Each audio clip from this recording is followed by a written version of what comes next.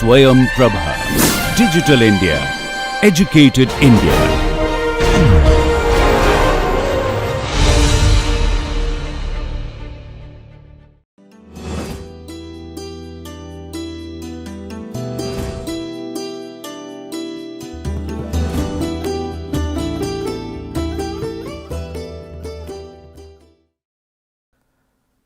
Welcome to Module E, Lecture 1. In this module, we shall discuss about traffic control at intersections, and today's lecture is on intersection control and critical aspects of operations. To start with, first, what are the intersections and a basic understandings about the conflict points. Intersections, as you know, are the areas where two or more roads meet, cross, converge or diverge. Often we travel and we come across intersections where the road what we are taking is crossed by another road that may be of the same order, sometimes may be lower order than the road what we are using for travel, sometimes that may be even a higher order road. So, intersections are very important and are of interest to traffic engineers, as these are the potential bottlenecks to smooth flow of traffic, because traffic from different directions are coming, they are going to different other directions. So, bottlenecks are created and therefore, these are the potential bottlenecks for smooth flow of traffic. Second, these intersections are also accident spots. So, the safety problems are very much there at intersections, and in fact, a good number of accidents and road fatalities do occur at intersections only. So, intersections are very much of concern to traffic engineers and for the overall efficiency and safety of traffic operation on a road network, because intersections are integral part of any road network. Because of these reasons, the key considerations in intersection design or improvement are: number 1, how to satisfy operational traffic flow needs with available capacity. Every physical infrastructure has got a capacity, a road has also got a capacity, an intersection also got a capacity. So, how within the available capacity we can satisfy operational traffic flow needs, certain quality of service or level of service. Second, how to enhance safety of all road users, because intersections not only vehicles move from different directions, but also pedestrians are using the intersections heavily. Often in urban areas, even in rural areas, you will find intersections are the points where pedestrians are crossing the road, bicycles are crossing the roads, and they are vulnerable road users. So, you have motorized vehicle, you have non-motorized modes of transport, including pedestrians and bicyclists, who are commonly known as vulnerable road users. They do not have protection. So, they are directly exposed, and if they are hit by any vehicle, then the impact is very high. So, why these intersections are, as I said in the previous slide, why these are major accident spots? The reasons are very simple. The main reason is that there are so many conflict points at intersections. So, what are the conflict points? Conflict points are those locations in or on the approaches to an intersection where traffic movements merge, diverge or cross. I have shown in this slide a number of possible conflicts. First one, if you see, it is basically indicating a major conflict, a vehicle travelling towards east and a vehicle travelling towards south, and therefore, they are crossing each other.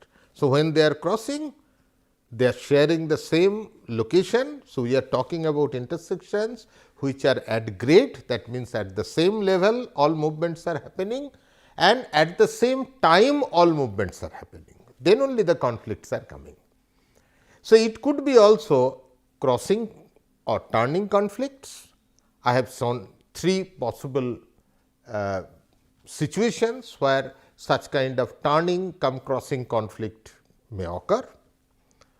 Also, weaving may occur. Typically, when we are talking about intersection, an appropriate example is maybe the vehicle was actually on the right lane, and now from intersection the vehicle wants to take the left turn. So, vehicle now the green arrow you can follow from the right, there is already traffic moving in the left lane or in the middle lane, and maybe the vehicle wants to, it is a 3 lane available for the same direction of movement. So, the vehicle from the rightmost lane wants to go to the leftmost lane, crossing the middle lane traffic, and because that vehicle which is shown as the green path or the green line wants to take a left turn. So, that kind of weaving may occur. Now, all these are essentially some form of crossing. So, they are all called as major conflicts. All these crossing, crossing cum turning and weaving, these are called major conflicts. There are also possible other conflicts. Say for example, as I have shown, it may be a diverging conflict.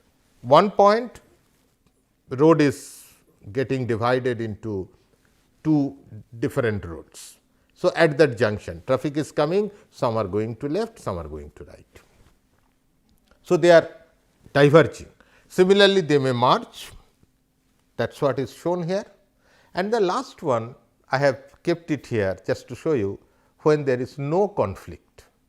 That means, two vehicle paths are not crossing each other at the same level and at the same time. So, when there is no conflict, there is no problem in that intersection. But whenever so many different types of conflicts will occur in an intersection, obviously, there is a possible safety issue or a potential safety issue. So, obviously, there is a kind of potential safety issues. How many conflicts can occur in an intersections? Let us look at this next slide. I have taken here two intersection. One is a 4-arm intersections. That means, intersection has got 4 approaches. The other is a T intersection or 3-arm intersection. If you take the first one and if we consider on each approach exactly there are 2 lanes, one for upstream, one for downstream movements, then so many conflicts can happen, as I have shown in the diagram. Different types of conflict, major and minor. Altogether, if there are 4 approaches and all movements are allowed from all approaches, that means, if a vehicle is approaching from one side, the vehicle can go straight, can take left turn or also can take right turn. And like that, from all the 4 approaches, all 3 movements are allowed. In that case, only for vehicles there will be as many as 32 conflict points. So, you can now understand why the safety issue is so pertinent and so relevant when we talk about intersection, and why intersection safety is so important to traffic engineers. If you take a 3-arm intersection, again with similar kinds of movements, that means, from all 3 approaches all possible movements are there. Here in this case, from each approach there will be 2 movements, and if you allow that, then there will be a total of 9 conflict points. Even for the first case where there are 4 approaches, if you make some of the roads as one-way roads, make one road as one-way road, make both roads at one-way road, then some of the movements will get eliminated. So, some of the conflicts also will get eliminated. So, the number of conflicts does not depend only on the intersection orientation, right, but also it depends on how many traffic movements and what are all movements that are allowed to occur in an intersection. Over and above, I have only just considered here the traffic part of it, motorized vehicle. Often there are pedestrians. So, if pedestrians are also crossing the road at the intersections, then there will be additional conflict points, and those conflicts will be between pedestrians and vehicles. And that is why it is found that intersection crashes are directly related to the number of conflicts at intersection. If we can reduce the conflicts, we are actually in a way enhancing the safety of that intersection. Now, with this background, let us try to understand what are the factors that influence a driver's ability to avoid conflicts. Primarily, there are 2 things which are very important. One, a driver must be able to see a potentially conflicting vehicle or pedestrian in time, well in advance, to implement an avoidance maneuver. That avoidance maneuver could also be a stopping maneuver.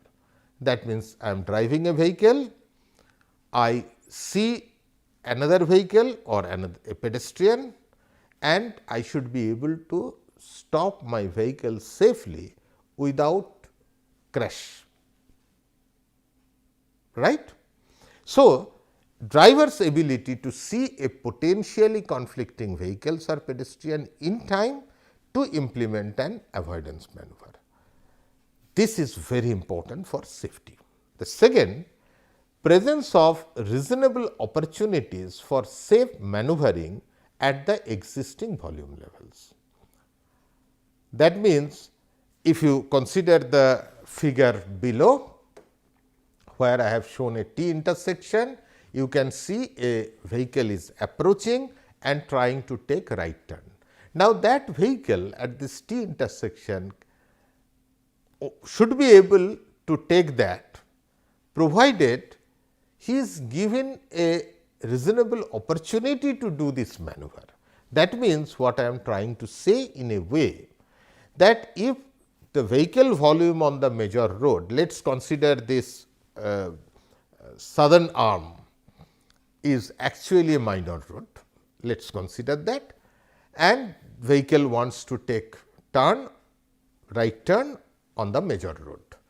So, if the major road traffic is very high, then one after another vehicle is coming. The gap between 2 vehicles or the time headway is very less. So, the drivers may not get opportunity even to complete that maneuver safely. So, this has different implications also on operational efficiency of the intersection, because maybe a long queue will occur, or sometimes drivers may be desperate also, then they start taking risk, and then even with a shorter gap they try to do the maneuver.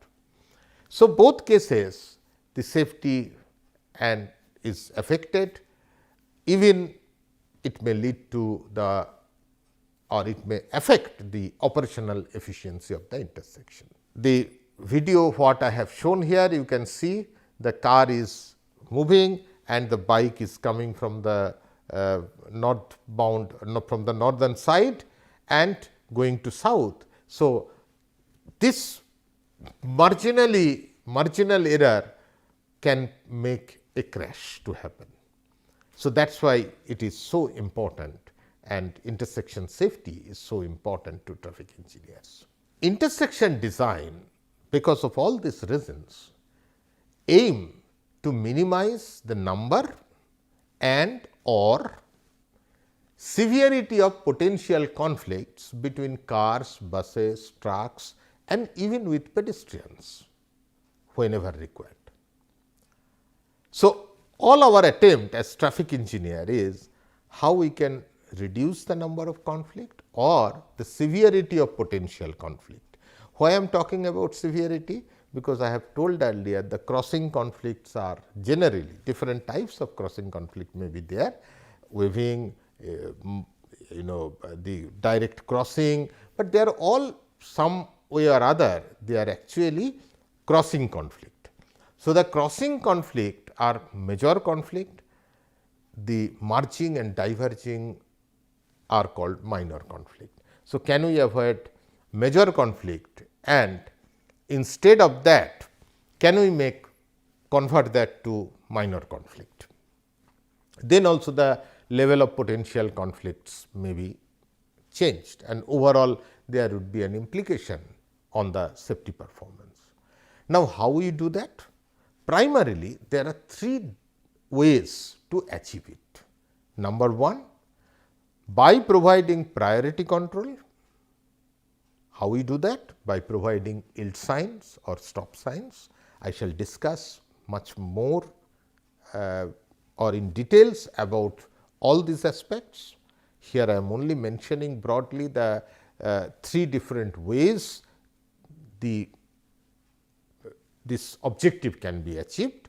So, first by priority control using yield signs or stop signs. The second by space segregation. So, you may provide an island in between to regulate the movement. Even you can do separation of movement by grade, simple kind of flyover you see. Two movements are happening, but they are happening at different level, not at the same level. So, if they are not happening at the same level, the conflict is eliminated, because the movements are happening at different levels. So, there is no conflict. So, grade separation, by providing grade separation.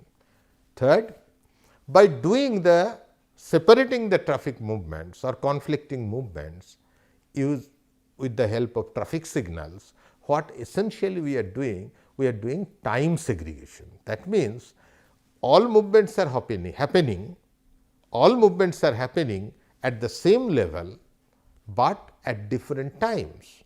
So, if movement A and movement B are conflicting, then movement A, when it is happening, B is stopped, when B is happening, A is stopped.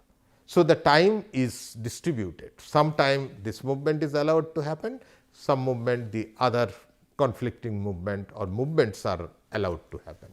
So, by providing priority control, using space segregation or using time segregation, these are the three instruments available to traffic engineers. These are available to traffic engineers to minimize the number and or severity of potential conflicts. With this background, now we go to the next part, that what are then the levels of intersection control.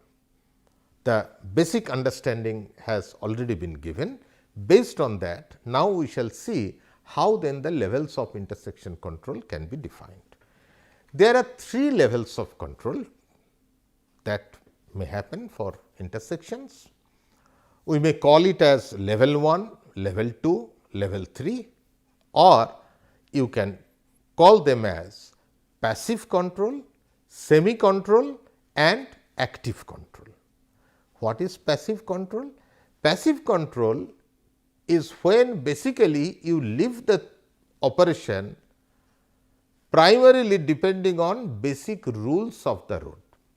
When we are driving vehicles, there are certain rules, regulations we are supposed to follow.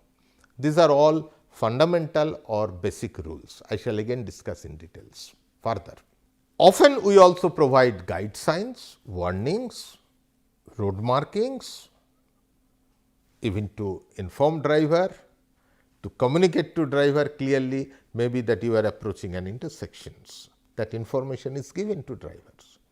Right? So, that also helps us to improve the overall safety performance, but primarily the governing thing is basic rules of the road.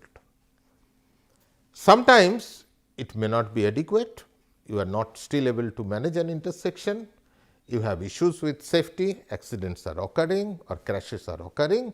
So, you go then to the next higher level, that is semi control, not active control, but semi control.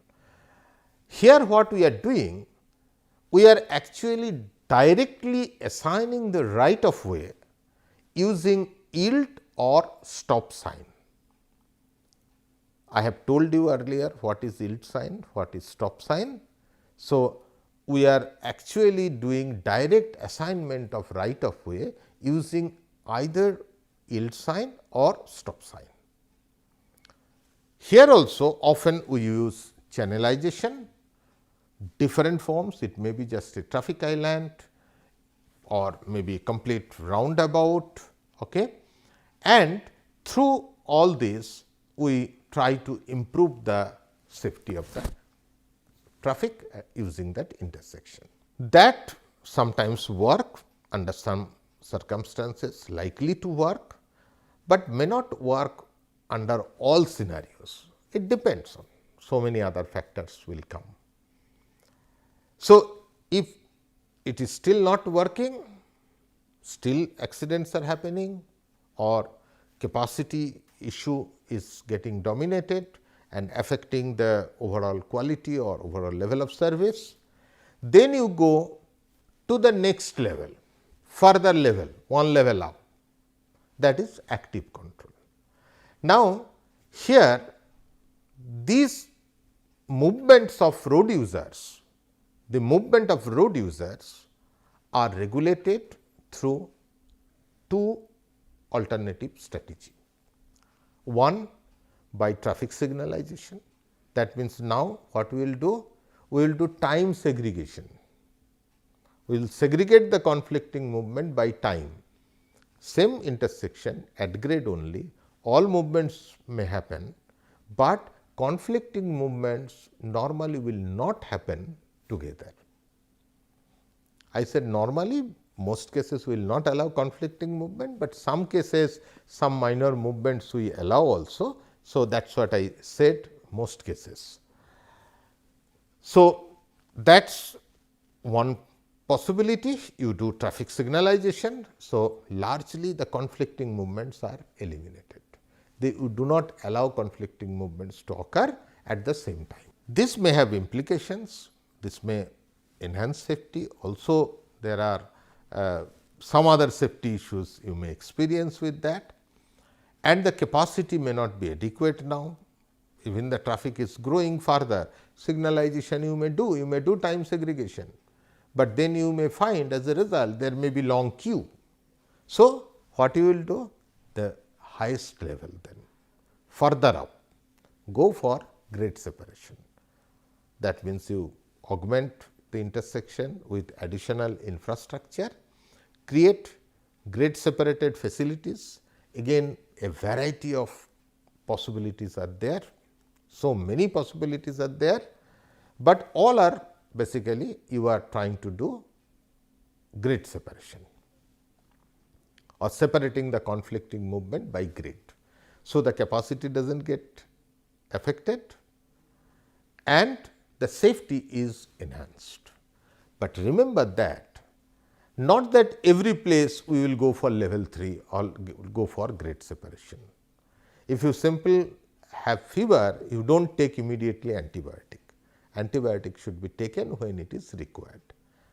Initial thing, maybe you take a paracetamol tablet.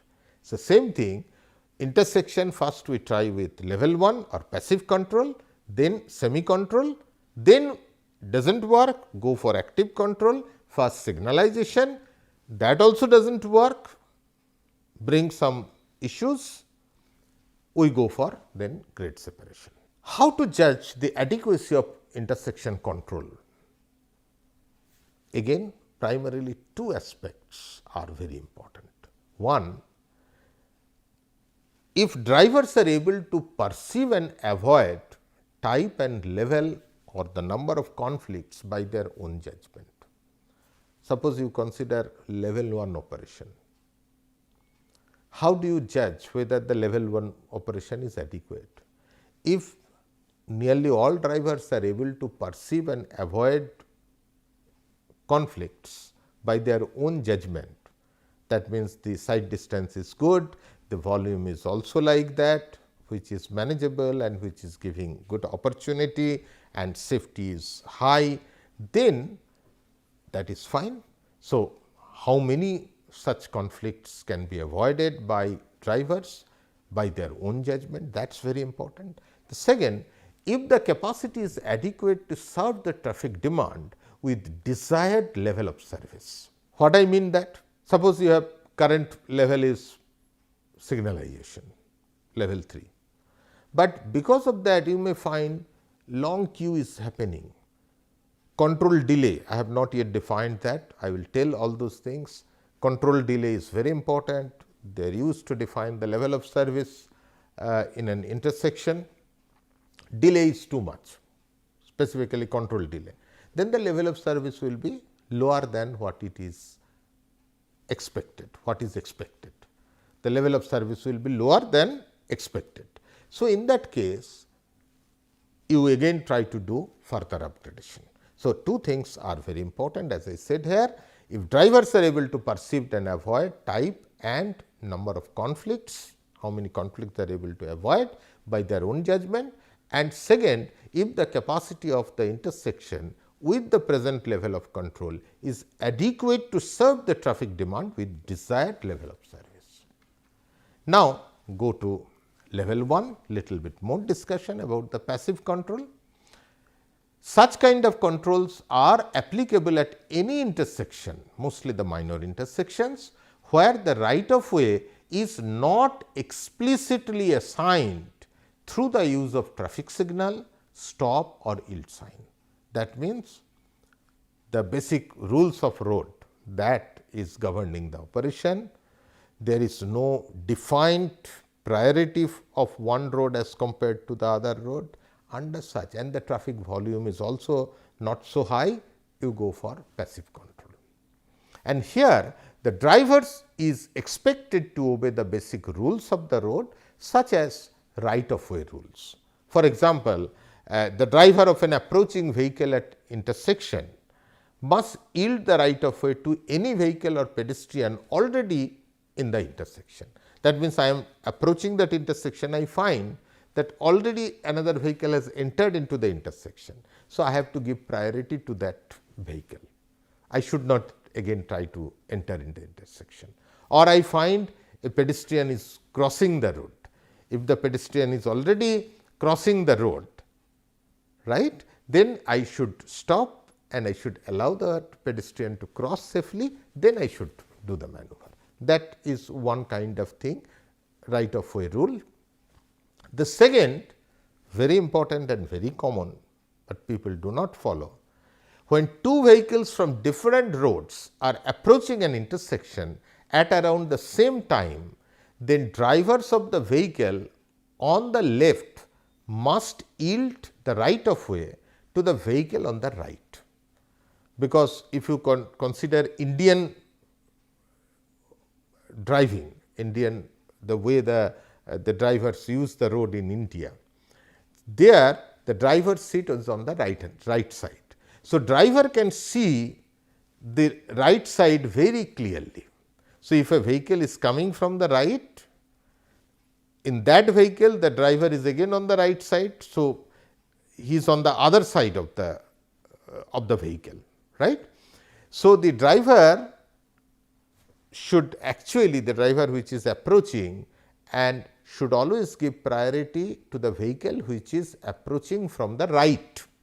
Here you can say the red vehicle and blue vehicle, the red vehicle is approaching from south, wants to go to the north direction, and the blue vehicle is approaching from the east, want to go to the west direction.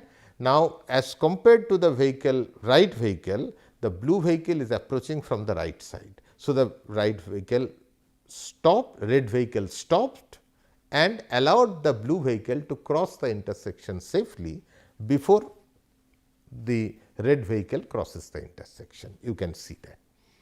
Now, passive control measures like traffic sign, road marking, etc., are also used to complement the intersection control, and here the significant side distance and sufficient side distance is very, very important. In this case, sufficient side distance is very, very important. Why? Because drivers should be able to see each other. So, here I would connect you to the concept of side triangle at intersections, which you have already studied in your transportation engineering course earlier. Both drivers should be able to see each other in sufficient time or distance to be able to halt their vehicles if required without a collision or without a crash. So, that means, if a vehicle is approaching, another vehicle is also approaching, they should be able to see each other, so that the corner should be free. In Indian condition, that does not happen, because all developments, all establishments are there in the corner. The shops will be in the corner, markets will be in the corner, everybody will try to build something in the corner. So, side distance availability at the intersection is a major concern and is a major cause of accidents or crashes at intersections. So, the side distance availability is very important. The area for clear visibility, that is the side triangle as shown in yellow, should be determined with respect to stopping side distance for each road corresponding to the design speed, because two roads may have different design speed. So, the vehicles may travel at the corresponding design speed. So, at the corresponding design speed, both vehicles should be able to stop safely before colliding with each other. Of course, this triangle is dynamic and the position of one vehicle affects the position of the other. Now, you have already studied, still I would like to remind you. So, here it is mostly what we try to ensure, that stopping side distance should be available, a minimum, and stopping side distance depends on the distance travelled during the perception reaction time and also the braking distance. So, I have shown here, if small t is the reaction time, v is the design speed or 85th percentile speed in kilometer per hour, then you can calculate what would be the distance travelled during perception reaction time, and the second component v square by 254 a plus minus 0.01 g, that is the braking distance. Now, g is considering the effect of grade. So, if there is upgrade, there is downgrade, or it is at level road, the stopping distance is going to vary. So, you are familiar with this formula, and this way we can calculate then how much will be the size or what will be the size of the side triangle. Now, consider a situation where d 1 equal to s. You can see here what I have said by d 1. d 1 is the for that road with speed v 1 and d 2 is the required distance for the road with speed v 2. So, what we are saying, if d 1 equal to d s, that means the required stopping side distance for that road, then if the design speed is same, then d 2 also should be at least either stopping side distance or higher in order to be safe, considering the same design speed. If the design speed is different, then the d s value for with respect to d 2, that vehicle will be again different. Now, for any condition where the d 2 is less than the required side distance for the same vehicle, then there are multiple ways we can handle the situation to enhance safety. First, implement control using stop or yield sign or a traffic signal, or lower the speed on the major street to a point where side distances are adequate. We can easily do that, because side distance, as you have seen in this slide, directly depends on v. So, if the speed is reduced, the side distance also, required side distance also will be lower.